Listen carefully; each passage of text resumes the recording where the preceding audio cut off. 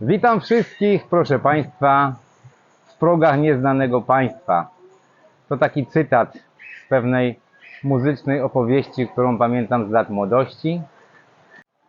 I w związku z tym czas na kolejny odcinek ze znanego Wam cyklu opowieści dziwnej treści. O co mi się dzisiaj rozchodzi?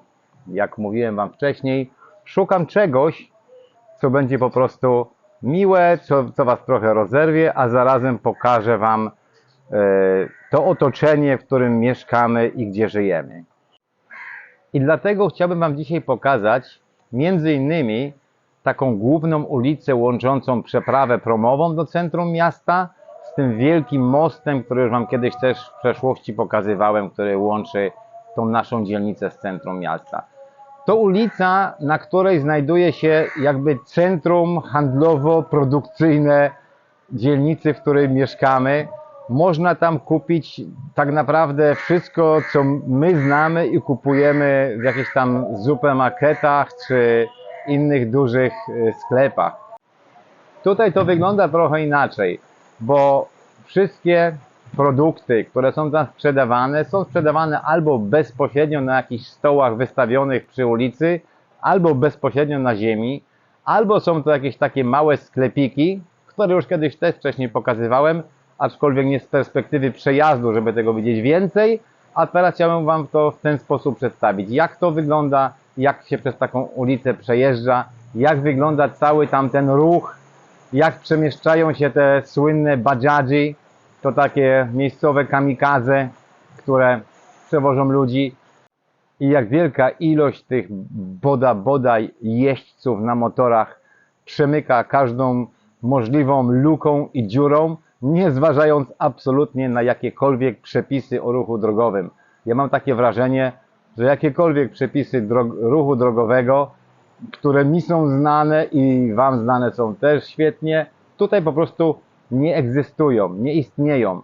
Tutaj pierwszeństwo ma ten, kto pierwszy naciśnie gaz, ten, kto ma większy samochód albo jeszcze większą ciężarówkę, ten jedzie pierwszy. I ktoś zawsze musi się poddać i dalej nie jechać. Ale to możecie w tej chwili zobaczyć w tym pierwszym materiale wideo, a potem Wam jeszcze coś opowiem o następnym. Zapraszam w tej chwili na pooglądanie tego, co dla Was specjalnie przygotowaliśmy. No, a tutaj jedziemy tą ulicą, na której już byliśmy wcześniej i macie takich tutaj tych małych sklepików, wytwórców bez liku dla tych wszystkich mebli, sof i tak dalej. No, nie chcę się zatrzymać przy każdym jednym, ale chcę Wam pokazać, jak ta ulica wygląda. O, te też mbuzi w pobliżu biegają. Cała ulica jest tych takich małych sklepów, małych wytwórców. No i naturalnie bajadży i boda boda. Ten najwspanialsze środki lokomocji tutaj i najbardziej niebezpieczne. Podróżowanie takim tym boda boda jest naprawdę niebezpieczne i nie polecam. Można tego czasami nie przeżyć. Byśmy już takich wypadków widzieli kilka, jak ten boda boda to jest ten motor, jak lądowali pod dużymi ciężarówkami, no i kończyło to się jak kończyło. Ta droga, którą w tej chwili jedziemy, prowadzi do przeprawy promowej.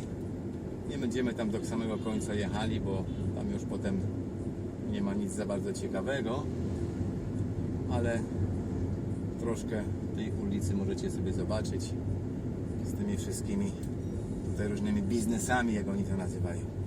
To są ludzie biznesu tutaj. No i tak to mniej więcej tutaj wygląda. Ciekawy jestem, czy nam się uda jakąś szafę znaleźć, czy będziemy musieli szafę zamawiać online, bo coś tam online też można znaleźć. Na razie z tego, co widzimy, to online są lepsze ceny niż tutaj. No ale jeszcze spróbujemy zapytać się gdzieś i coś zobaczyć. Cholera jasna, zapomniałem o najważniejszym, co należy do każdego materiału wideo, a mianowicie o moich papierosach, bez których trudno jest cokolwiek dalszego zrobić. Dlatego szybciutko zapalam papierosa. No już wam mówię. Teraz zobaczycie taką jedną z główniejszych ulic właśnie tam niedaleko od tej przeprawy promowej, gdzie też można kupić dosłownie wszystko. Tam jest zawsze bardzo głośno, jest wielki chaos. Zwróciłbym wam uwagę na popatrzenie na jakość tych ulic. Zobaczcie, ile tam jest piachu na tych ulicach, jakie są pobocza. Tam są takie po prostu rowy o głębokości około 1,5, czasami do 2 metrów. I jak się samochodem tam nie będzie jechać bardzo ostrożnie, człowiek się zagapi, popatrzy gdzieś na coś, nie powinien w danej chwili patrzeć, to po prostu wpadnie do tego rowu, no i rozpieprzy samochód. No taka jest prawda. Dlatego sobie po prostu zobaczcie na tą ulicę. Tam będziecie jeszcze mogli zobaczyć taki wielki przystanek autobusowy dla tych busów, które mają po 50 albo po 60 lat. Są 1000 razy naprawiane i jakoś się jeszcze poruszają. To jest też jakiś fenomen, ale wiąże się to z tym praktycznym życiem w tym kraju. Więc to wszystko jest dla was. Zapraszam do następnej małej części pooglądania sobie tego. A tutaj też taka jedna z handlowych ulic, niedaleko od przeprawy promowej. Tu można też praktycznie wszystko kupić i też w zdecydowanie lepszych cenach niż dalej od tego miejsca. Tutaj przychodzimy też często na zakupy, bo po prostu się opłaca i ten wybór jest trochę lepszy. Można tutaj kupić dobry chlebuś, dobre bułeczki. Mamy takie miejsca, gdzie już wiemy. No i jak poza tym można wszystko. No duży telewizor sobie też możecie kupić, dużą lodówkę, ale ceny są, tak jak mówiłem, niezbyt tanie. A tutaj macie taki duży przystanek autobusowy, tych dala, tych 50-60-letnich autobusów, które jakimś cudem jeszcze jeżdżą. O, tu już można słychać jakąś tam reklamę. Tutaj jest cały dzień bardzo głośno, a w nocy jeszcze głośniej. Nie ma dzisiaj wielkiego ruchu, bo jest dzisiaj chyba, o ile się nie mylę, wtorek, ale no, zobaczyć trzeba, jak te miejsca wyglądają, prawda? Jedziemy więc dalej, prawdopodobnie zamówimy naszą szafę online, bo znaleźć coś w rozsądnej cenie, nie tak zwanej Muzungu Price, czyli w cenie dla białych ludzi, jest na pewno dzisiaj praktycznie niemożliwe. Jedyne co znaleźliśmy interesującego to 2 albo 3 szafy, które są do sprzedania online. No i cena takiej szafy jest normalna, bo kosztuje około 200 000 szylingów, czyli to jest normalna cena. A nam dzisiaj proponowano ceny od 350 000 do 700 000. No więc wiemy, że to jest cena tylko dla Muzungu i dlatego nie kupiliśmy nic, ale wam mogę pokazać, jak te meble wyglądają tutaj wyrabiane. No tak. Zobaczymy, co ten dzień jeszcze przyniesie, co będzie dalej. Jeśli będzie coś ciekawego, to zamelduję wam o tym. A teraz chcę wam zaproponować jeszcze obejrzenie, jak jeździ się w takich warunkach w ciągu dnia na tych wszystkich okolicznych, takich bardziej głównych ulicach. Wyobraźcie sobie, że często stoi się w korku przez 40 minut, przez godzinę, żeby przejechać 200-300 metrów. Człowiek nie wie, co się dzieje i dlaczego tak się dzieje. Najczęściej przyczyną są te busy, tutaj zwane dala, które zatrzymują się gdzie chcą, jak chcą, blokują całą ulicę. Do tego dochodzą jeszcze ciężarówki, które już naprawdę robią co chcą. Po prostu wyjeżdżają tam, gdzie ty stoisz, na twój pas ruchu i musisz już zrobić miejsce. No bo on jest większy, a ty jesteś małym autkiem, więc nie masz żadnych szans. To taki mały rzut oka. W takiej sytuacji można pokazać jeszcze więcej. Jeśli mi się uda, kiedyś chcę wam pokazać, jak wygląda taki wielki korek w centrum miasta. I tam jak już wylądujecie, to możecie czasami do przejechania 2-3 km potrzebować 2-3 godzin. I to jest prawdziwy dramat. A na razie tylko taka mała próba przedstawienia Wam, jak jeździ się autem w Dar es Salaam. Życzę dobrej zabawy.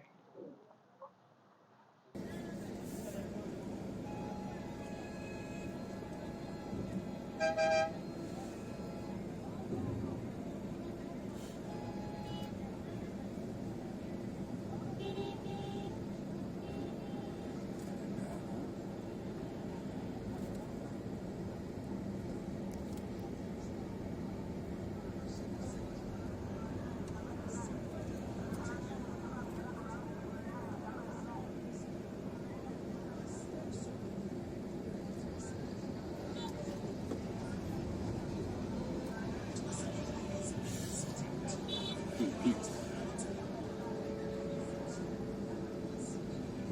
500 mètres,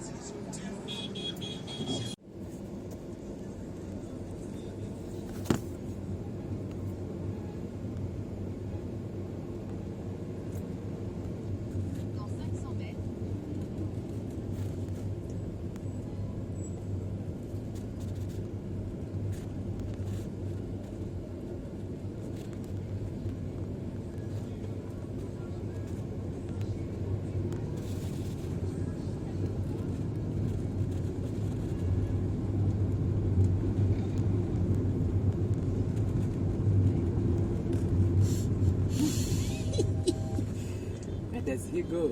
You see? Yeah, that's it. Boris Chris. Boris Chris. I przeszywa mnie teraz bardzo ostra włócznia głębokiej nadziei, że pokazałem Wam znowu trochę prawdziwego życia tutaj w Dar es Salaam w Tanzanii. No bo to wszystko wygląda właśnie tak, a nie tak jak różni ludzie próbują opisywać i według mnie nie ma to wiele wspólnego z prawdą.